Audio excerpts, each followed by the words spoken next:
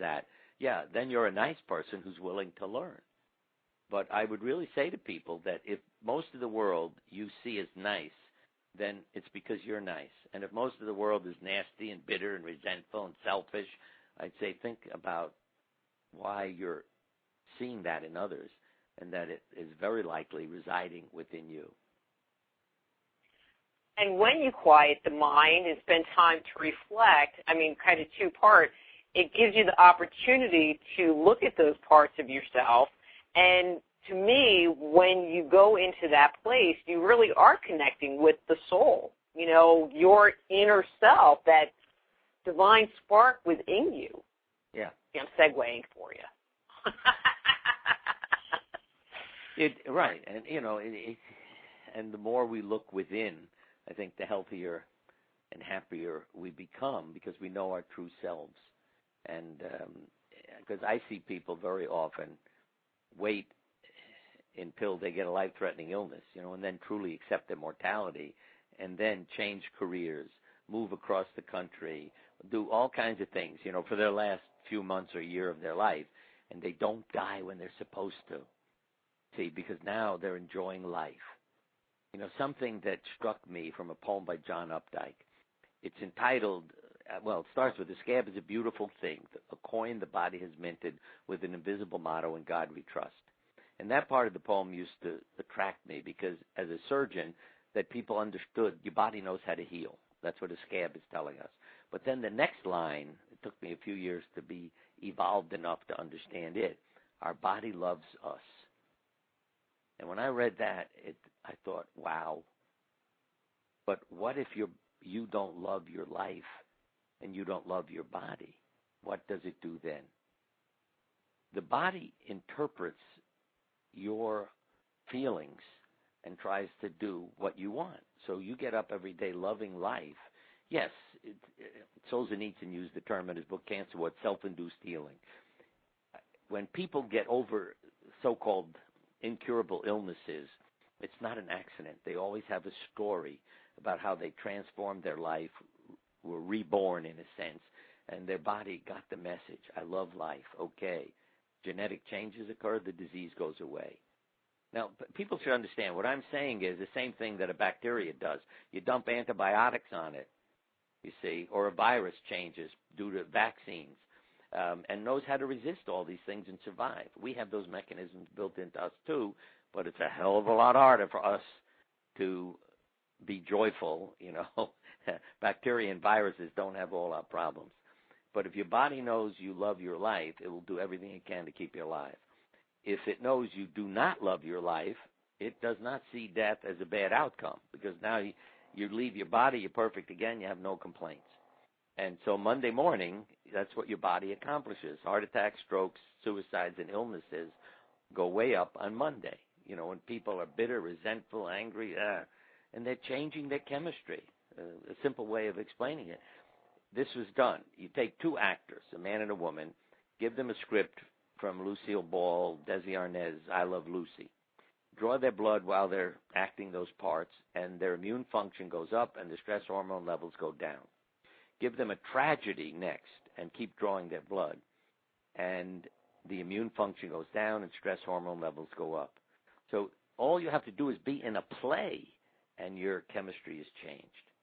And I see this, in New York on Broadway. If somebody's in some tragic play, they never make it through the winter because they get the flu or some bad cold because they're playing, Brian Dennehy was in Death of a Salesman a few years ago. So Willie Loman, he never made it through the winter.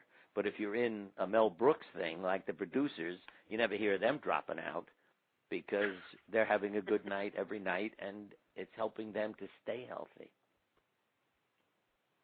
And the energy of actually I do a segment on a different radio show, and so my topic this month is hate. I talk about a whole bunch of different things, but I try to talk about emotional stuff. And no one really talks about hate. And I was having this conversation with somebody the other day where I go, even just using the word hate, even if what you really mean is dislike, has a physiological effect on you. I mean, even me just sitting here saying the word to you to make this commentary, I can feel it. Right. See, and that's kind of the. I mean, if you love, you benefit from it as well as the recipient. And if you hate, I can tell you, you're hurting yourself as well as the person that you're hating. In the book that you mentioned, the 101 Exercises, the first chapter, so to speak, is called Attitude is Everything. And I think this is what, kind of what you're saying, that if you decide to be hateful, what are you doing to your life? I mean, a medical secretary years ago, I used to go around the hospital. If I saw people doing nice things, I would always walk up to them and say, "What's your name?" In a brusque way. So they thought they did something wrong, and they would tell me. And then I'd make them a gift, a pin with a rainbow on it, and give it to them. And then, they'd smile.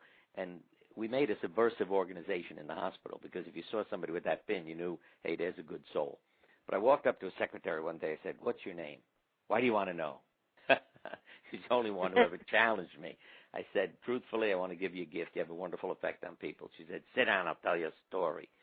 She said, "I've been here for 2 years." She said, "When I took the job, I hated it. I couldn't stand the doctors and nurses." She said, "The patients were not a problem." So I went to the office, and I said, "I quit. I'm going home." And they said, "You can't quit. You have to give 2 weeks' notice. It's in your contract." She said, "I got up every day miserable for 2 weeks. The last day, I got up happy, and I went to work happy, and I noticed something. All the people around me were happy, so I didn't quit. I decided to come in happy." Yeah, and that's 2 years later. And I love it. There's a local Stop and Shop where one of the clerks, Bessie's her name, says to everybody, "How can I help you, young man? How can I help you, young lady?" It doesn't matter how old they are, And when you hear her say that, you feel better. Somebody else calls everybody dear. And I'm laughing because whenever she says that, I always go to the front of the line. And people look at me. I say, "I'm her boyfriend." When she said dear, I thought she meant me. And then everybody smiles, and I don't have to wait. And she knows I'm a character, so she doesn't tell on me. But again, they're being therapists, and I thank them when they do something like that because they're being therapeutic, at their job. They're giving out love. And, they got their problems, working there, and, they share them with me, but they're still caring for the people who come in. So I always say, you can be a physician, a healthcare provider, working at Stop and Shop. I worked when one of our sons ran a Subway franchise. I loved working there because when people would come in and say, "I'd like a sandwich," I'd say, "I'll make it if you answer a question." "What's your question?" "What's the best day of your life? Who's the most important person in your life? How would you introduce yourself to God? If you could be God for a day, why would you want to be God?" And I got a ton of questions. And we got into therapy over the sandwich. You see, we got into really meaningful discussions of, an example. See, if you said, "How would you introduce yourself to God?" "Well, I'm a plumber. It's me." God says, "Come back when you know who you are." What am I trying to get across to them? Don't separate yourself from the divine. Tell God it's you or your child. Then God says, "Come on in." So, people loved coming in, and they'd get a sandwich, sit down, and we'd all get into therapy, sharing all kinds of stories and ideas. So you can be a therapist in any occupation.